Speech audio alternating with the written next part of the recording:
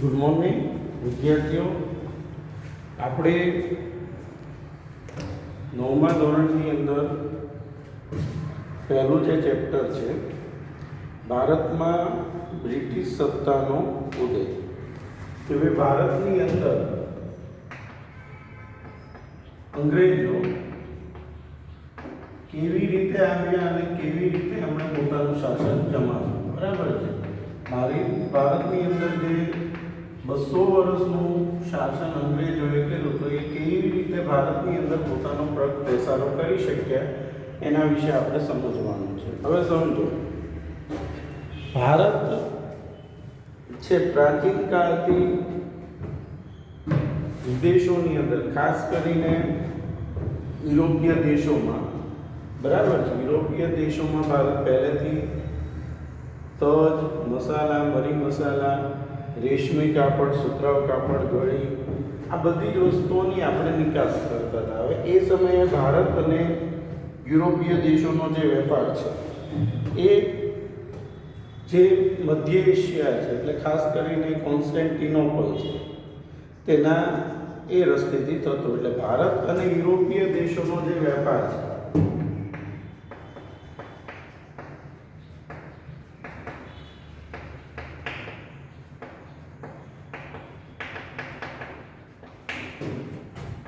વેપાર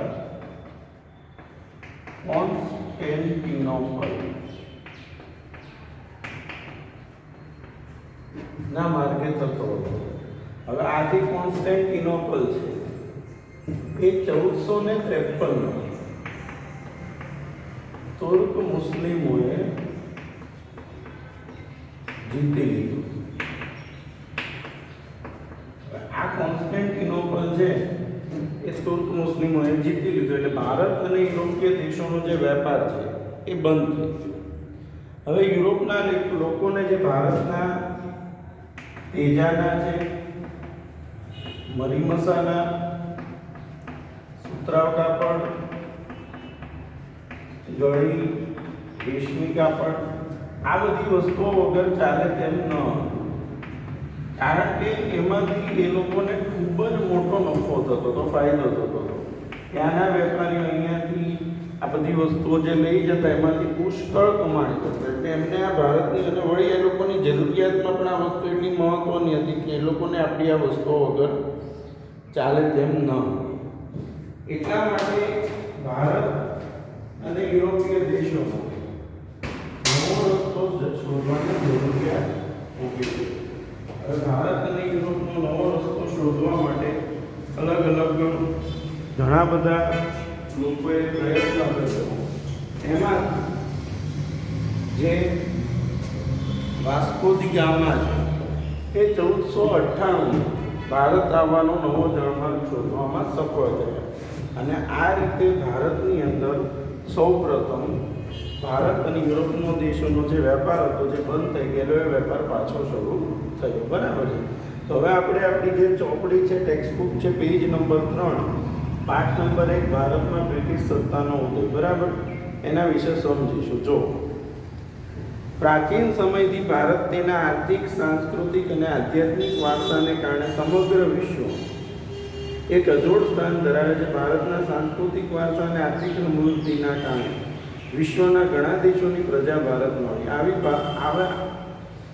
ભારતના મરી મસાલા, તેજાના મલમલ, રેશમી કાપડ, ગળી વગેરે યુરોપના દેશોમાં ખૂબ જ માંગ રહેતી. ભારત અને યુરોપ વચ્ચેનો વેપાર જમીન માર્ગે તેમજ જળ માર્ગે થતો. આ માર્ગના કેન્દ્ર સ્થાને તુર્કસ્તાનમાં આવેલું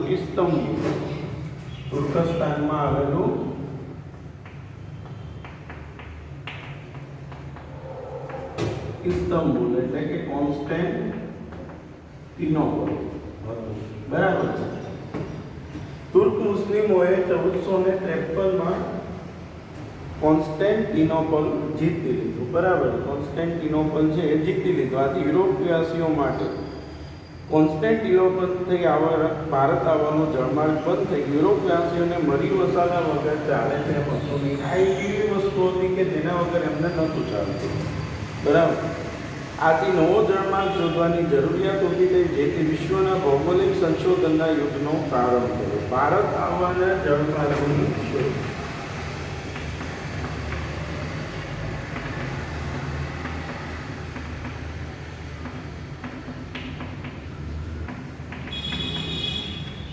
હવે સમજો, પોર્ટુગલના રાજા પ્રિન્સ હેનરીની પ્રેરણા, પ્રોત્સાહન અને આર્થિક મદદથી સાહસવીરોએ નવા જળમાર્ગની શોધના પ્રયત્નો આગળ. હવે જે પોર્ટુગલના રાજા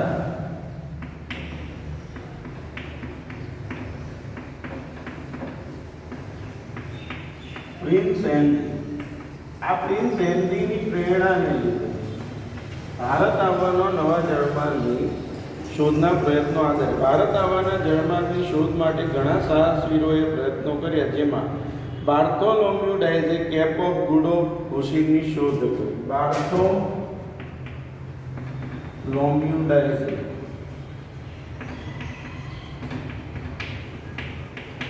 કેપ ઓફ ગુડ બાર્થોલોમ્યુ ડાયઝે કેપ ઓફ ગુડ નામની હોશિંગની શોધ કરી. ક્રિસ્ટોફર કોલમ્બસે સ્પેનના રાજાની આર્થિક મદદથી નવો જળમાર્ગ શોધવાની સાહસ યાત્રા આરંભી. વળી તો પહેલા ભારતમાં જળમાર્ગ શોધવા માટે કોણ પહેલા? બાર્થોલોમ્યુ ડાયઝે કેપ ઓફ ગુડ, સારી આશાની હોશિંગ. એ જે જગ્યાએ પહોંચ્યો એને એવું લાગ્યું કે અહીંયાથી ભારત તરફનો નવો જળમાર્ગ શોધી શકાય એવું લાગે છે, એટલા માટે એણે શું નામ આપ્યું? Cape of Good. બરાબર છે. ક્રિસ્ટોફર કોલમ્બસે સ્પેનના રાજાની આર્થિક મદદથી નવો જળમાર્ગ શોધવાની સાહસ યાત્રા આરંભી, જે 1492માં એટલાન્ટિક સમુદ્રમાં. પછી ત્યારબાદ ક્રિસ્ટોફર કોલમ્બસ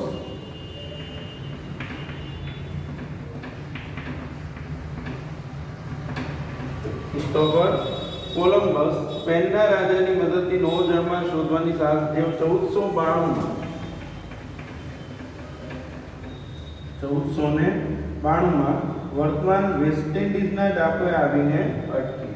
આજે જે વેસ્ટ ઇન્ડિઝ છે, બરાબર છે, વેસ્ટ ઇન્ડિઝ, ત્યાં આવીને એની આ યાત્રા અટકી. અને એને એવું જ હતું કે એણે ભારતનો જળમાર્ગ શોધી કાઢ્યો. મૃત્યુ પરત ભારત આવવાના જળમાર્ગ શોધ્યાના વિશ્વાસ ધરાવતા કોલમ્બસે વાસ્તવિક રીતે નવો જ પ્રદેશ શોધ્યો હતો. બરાબર છે. જો આજે ક્રિસ્ટોફર કોલમ્બસ છે, એણે જે વેસ્ટ ઇન્ડિઝના ટાપુઓની શોધ કરી હતી 1492માં, એ મૃત્યુ સુધી એવું જ માનતો હતો કે એણે ભારતનો નવો જળમાર્ગ શોધી કાઢ્યો છે. પરંતુ વાસ્તવિકતા કંઈક અલગ હતી. એ ભારતનો જળમાર્ગ નહીં, પરંતુ વેસ્ટ ઇન્ડિઝના ટાપુઓની શોધ કરી હતી. અને આ સ્પષ્ટતા અમેરિગો વેસ્પુચીએ કરી.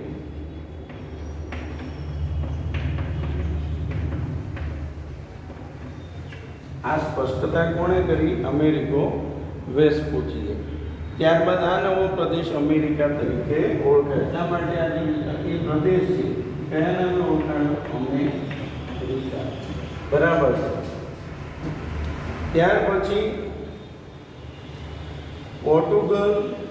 પોર્ટુગીઝ નાવિક વાસ્કો દ ગામાએ ભારત આવવાના જળમાર્ગની શોધ કરી. જો પહેલા બાર્થોલોમ્યુ ડાયઝ, પછી ક્રિસ્ટોફર કોલમ્બસ, અમેરિગો વેસ્પુચી અને ત્યારબાદ, બરાબર છે, પોર્ટુગીઝ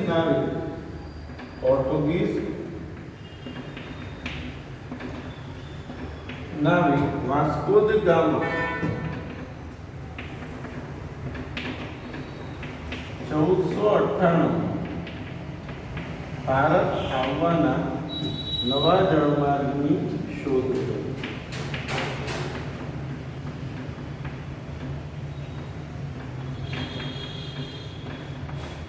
હવે ભારતીય ખલાસીની મદદથી એક એને રસ્તામાં ભારતનો જ વ્યક્તિ મળી ગયો, અને એ ખલાસી જે હતો, દરિયામાં જે સફર ખેડતો હોય એ ખલાસી, તો ભારતીય ખલાસીની મદદથી એ કાલિકટ બંદરે પહોંચ્યો. એટલે આ રીતે, બરાબર છે, ભારત પહોંચ્યો. અને ત્યાંના રાજા જામોરી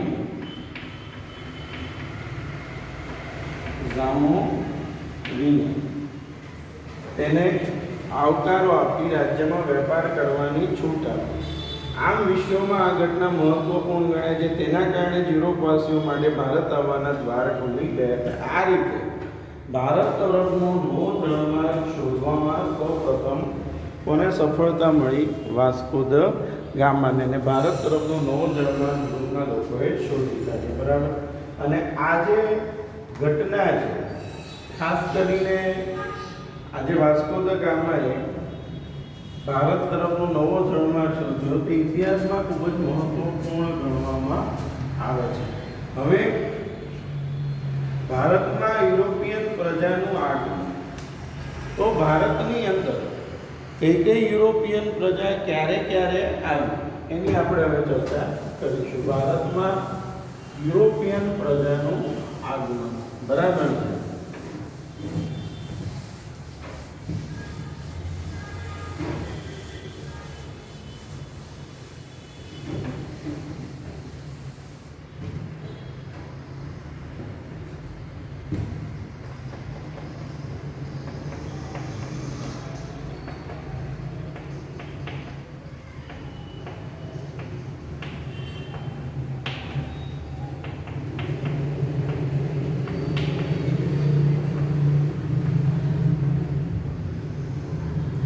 ભારતની અંદર જે યુરોપિયન પ્રજાઓ આવી, બરાબર, એમાં સૌપ્રથમ કઈ પ્રજા? જો ભારતમાં ફ્રેન્ચો, વલંદાઓ, ફિરંગીઓ, અંગ્રેજો, બરાબર છે, ઘણા બધા લોકો આવ્યા. તો એ બધી પ્રજાઓ ક્યારે ક્યારે આવી, કઈ રીતે આવી, એની આમાં ચર્ચા કરવાની છે, બરાબર. જો ભારત આવવાના જળમાર્ગની શોધ થયા બાદ ભારતમાં વેપાર કરવા સૌપ્રથમ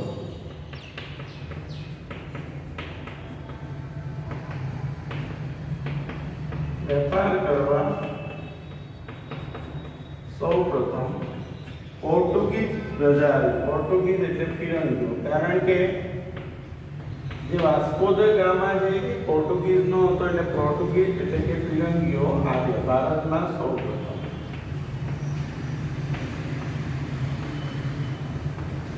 બરાબર. 100 વર્ષના સમયમાં પોર્ટુગીઝે ભારતની અંદર 100 વર્ષની અંદર પોર્ટુગીઝોએ ભારતમાં દીવ, દમણ, ગોવા, કોચીન, મલાક્કા, દીવ, દમણ, ગોવા, કોચીન, મલાક્કા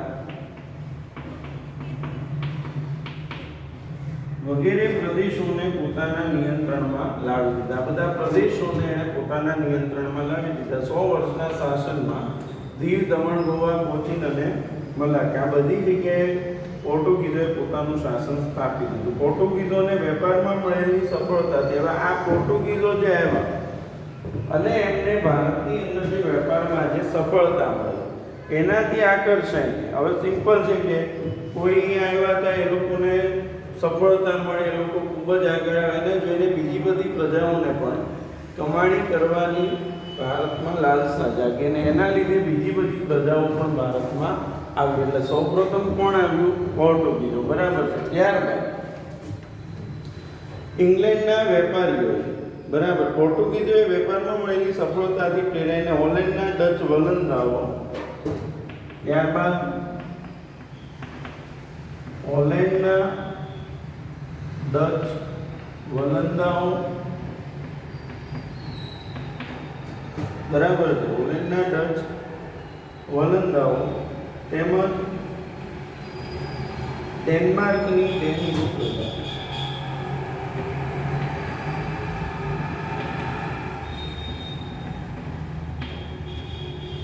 ડેનમાર્કની ડેનિશ પ્રજા ભારતમાં વેપાર કરવા આવી. ઇંગ્લેન્ડના વેપારીઓએ ભારત સાથે વેપાર કરવા અને ઇંગ્લેન્ડના વેપારીઓએ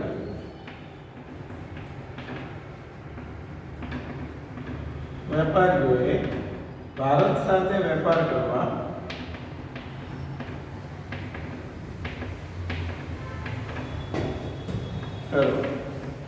ઈસ્ટ ઇન્ડિયા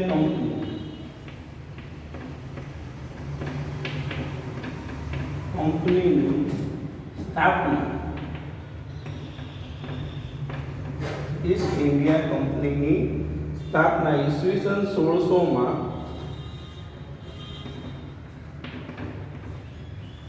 ઇંગ્લેન્ડના રાણી એલિઝાબેથ, બરાબર છે, ઈસ્ટ ઇન્ડિયા કંપનીને પૂર્વના દેશો સાથે વેપાર કરવાનો પરવાનો આપતા. બરાબર. જો ભારતમાં સૌપ્રથમ વેપાર કરવા પોર્ટુગીઝો આવ્યા. ત્યારબાદ એને 100 વર્ષના શાસનમાં તેમને દીવ, દમણ, ગોવા, કોચીન, મલાક્કા બધા સ્થળોએ પોતાના વેપારી મથકો મોટા પાયે ઊભા કર્યા.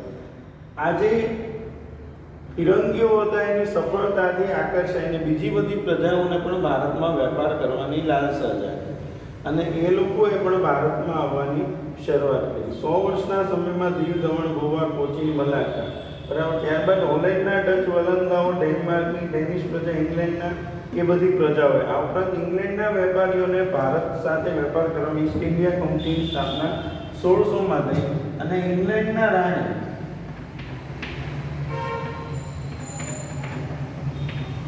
એલિઝાબેથ ભારતમાં વેપાર કરવાની પરવાનગી આપતા ઈસવીસન 1608માં પહેલું જહાજ બરાબર પ્રથમ વાણ કપ્તાન વિલિયમ હોકિન્સની આગેવાની હેઠળ ભારત આવ્યું. વિલિયમ હોકિન્સ આની આગેવાની હેઠળ પહેલું વાણ ભારત આવ્યું અને સુરત વિલિયમ હોકિન્સની આગેવાની હેઠળ પહેલું વાણ સુરત આવ્યું બરાબર છે. પરંતુ તેમને ફિરંગીઓએ વર્ચસ્વ અને વિરોધના કારણે વેપાર કરવાની પરવાનગી મળી શકે નહીં. આખરે ઈસ્ટ ઇન્ડિયા કંપનીએ બરાબર હવે આવ્યું તો ખરા પણ ફિરંગીઓનું જે વર્ચસ્વ હતું એના લીધે આ લોકોને ભારતમાં વેપાર કરવાની ક્યારે પરવાનગી ન મળી બરાબર છે. આખરે ઈસ્ટ ઇન્ડિયા કંપનીએ મુઘલ બાદશાહ જાગીર તરફથી વેપાર કરવાનો પરવાનો મળતા સુરતમાં બ્રિટિશ ઈસ્ટ ઇન્ડિયા કંપનીની પ્રથમ કોઠી સ્થાપી અને પહેલાં તો એમને મંજૂરી ન મળી બરાબર છે. પરંતુ ત્યારબાદ 1613માં જે મુઘલ બાદશાહ જહાંગીર છે તેણે તેને પરવાનગી આપીને 1613માં તેમણે પહેલું વેપારી મથક સુરતમાં સ્થાપ્યું. એટલે આ રીતે એ લોકોએ ભારતમાં સૌપ્રથમ વેપારની શરૂઆત ક્યાંથી કરી? અંગ્રેજોએ સુરતથી બરાબર છે. પહેલું વેપારી મથક સુરતમાં ઊભું કર્યું. હવે સમજો આગળ શરૂઆતના વર્ષોમાં કંપનીએ સુરત, ભરૂચ, અમદાવાદથી વેપારી મથકો સ્થાપ્યા. સુરત પછી ભરૂચ અને અમદાવાદ આ બધી જગ્યાએ અંગ્રેજોએ વેપારી મથકો સ્થાપ્યા. ત્યારબાદ આ પ્રદેશોમાં મરાઠી સત્તાનું પ્રભુત્વ હતા. કંપનીને જોખમ દેખાયું તેથી તેઓ દક્ષિણ અને પૂર્વ દિશામાં આગળ વધ્યા. હવે આ જે પ્રદેશો છે ત્યાં મરાઠી સત્તાનું પ્રભુત્વ વધી ગયું બરાબર અને એના લીધે લોકોને જોખમ લાગ્યું અને પરિણામે તે લોકો ત્યાંથી ખસી ગયા અને પૂર્વ અને દક્ષિણ પૂર્વ દિશામાં આગળ વધ્યા જ્યાં તેમણે મછલીપટ્ટમ, સેન્ટ જ્યોર્જ અને ફોર્ટ વિલિયમ ભારતના 3 મુખ્ય મથકો મછલીપટ્ટમ બરાબર છે, સેન્ટ જ્યોર્જ જો અંગ્રેજોએ મછલીપટ્ટમ, સેન્ટ જ્યોર્જ અને Fort William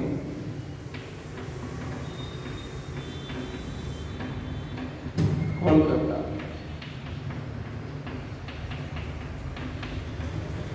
Saint George Chennai અને મછલીપટ્ટમ આંધ્રપ્રદેશ આ બધી જગ્યાએ એ લોકોએ પોતાના વેપારી મથકો ઊભા કર્યા. મુંબઈ ખાતે વડું મથક સ્થાપ્યું 1687માં. મુંબઈમાં વડું મથક કઈ સાલમાં? 1687માં સ્થાપ્યું. 1668માં ભારતમાં વેપાર કરવા ફ્રેન્ચ ઈસ્ટ ઇન્ડિયા કંપની જો અંગ્રેજોની ઈસ્ટ ઇન્ડિયા કંપની 1600માં સ્થપાય તો ભારતમાં વેપાર કરવા ફ્રેન્ચ ઈસ્ટ ઇન્ડિયા કંપની યાદ રાખજો ફ્રેન્ચ ઈસ્ટ ઇન્ડિયા કંપની 1668માં સ્થપાય બરાબર છે. જેને સમય જતાં માહે, કરાઈકલ, પોંડિચેરી, ચંદ્રગઢ, મછલીપટ્ટમ વગેરે પ્રદેશોમાં વેપારી મથકોની સ્થાપના કરી. 18મી સદીમાં અંગ્રેજો અને ફ્રેન્ચો વિશ્વભરમાં પોતાની સત્તા સ્થાપવાને સંસ્થાનો મેળવવા સતત સક્રિય હતા. અને 18મી સદીમાં અંગ્રેજો અને ફ્રેન્ચો આ બંને પ્રજા એવી હતી જે સમગ્ર વિશ્વમાં પોતાના સંસ્થાનો સ્થાપવાને વેપારી મથકો ઊભા કરવા માટે સતત સક્રિય હતા. ભારતમાં 1746 થી 1763 દરમિયાન આ બંને ઈસ્ટ ઇન્ડિયા કંપનીની અને ફ્રેન્ચ ઈસ્ટ ઇન્ડિયા કંપનીની વચ્ચે સત્તા સ્થાપક 3 કર્ણાટક વિગ્રહો થયા. આ બંને બ્રિટિશ ઈસ્ટ ઇન્ડિયા કંપની અને ફ્રેન્ચ ઈસ્ટ ઇન્ડિયા કંપની વચ્ચે ભારતમાં વેપારી મથકો ઊભા કરવા માટે 3 વખત કર્ણાટક વિગ્રહો થયા. બરાબર. જેમાં ફ્રેન્ચ ઈસ્ટ ઇન્ડિયા કંપનીનો પરાજય થતા બ્રિટિશ ઈસ્ટ ઇન્ડિયા કંપનીનો રાજ્ય વિસ્તારનો માર્ગ મોકળો થયો અને ફ્રેન્ચ ઈસ્ટ ઇન્ડિયા કંપનીનો પરાજય કે ભારતમાં જે અંગ્રેજોની ઈસ્ટ ઇન્ડિયા કંપની છે એનો વેપારનો માર્ગ મોકળો. આમ સત્તા સંઘર્ષના અંતે ફિરંગીઓ પાસે સત્તા સંઘર્ષ થયો, જે ઝઘડાઓ છે અંગ્રેજો સાથે. ત્યારબાદ દીવ, દમણ, ગોવા રહ્યા.